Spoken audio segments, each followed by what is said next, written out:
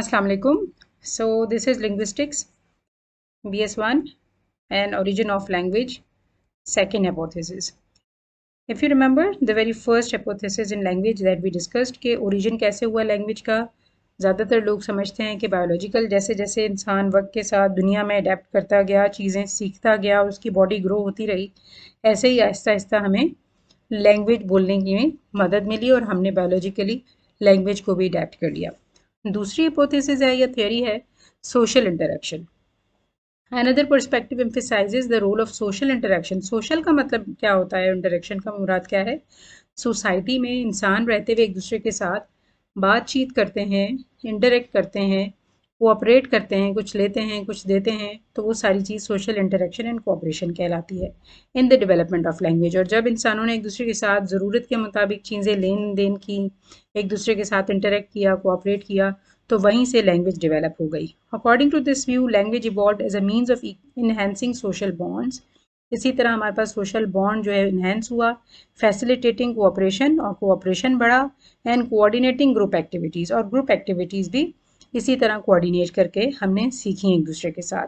Early humans use language to share information. शुरू में इंसान जो है उन्होंने लैंग्वेज को यूज़ किया ताकि वो एक दूसरे के साथ इंफॉर्मेशन शेयर करें, कोऑर्डिनेट हंट्स, और उनको जो शिकार देखें, याद रखें कि ये अर्ली ह्यूमन से मुराद इनकी ये है, या इस सारे किस्से के पीछे बैकग्राउंड ये है कि like all human beings were, early humans were like barbarians. वो कोई सिविलाइज नहीं थे, उनको ड्रेसअप होने का, पत्ते बांधते थे, शिकार करके खाते थे। एट टाइम्स तो वो शुरू में कच्चा गोश्त और कच्ची सब चीज़ें खा जाते थे, फिर आहिस्ता आहिस्ता वो डेवलप्ड हुए, उन्होंने डेवलप करके इंसानों ने कपड़े बनाना सीखा और जो है घर बनाना सीखे। पहले जंगल में वैश्यों और like animals they had their life.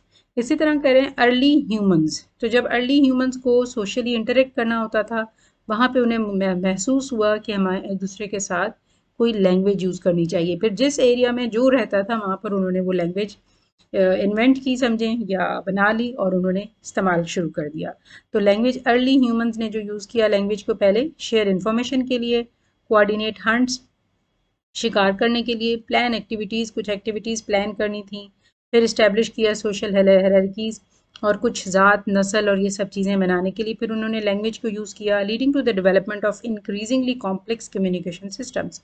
और आहिस्ता आहिस्ता फिर इसी लैंग्वेज से उन्होंने बड़े कॉम्प्लेक्स कम्युनिकेशन सिस्टम बनाए, और आज हमारे पास लैंग्वेज जो है वो एक बड़ी डेवलप्ड फॉर्म में पाई जाती है इंसान ज़ात की। सो यू रिमेंबर कि ओरिजिन ऑफ लैंग्वेज में we do not have hard and fast evidence. सिर्फ हमारे पास क्या है, ओनली स्पेक्यूलेशंस और थियोरीज और हिपोथेसिस। तो उन हिपोथेसिस के बेस पर हम पहले कहते हैं, यानी कि एक्सपर्ट्स ये चीज़ लेकर आते हैं कि we have only biological evolution.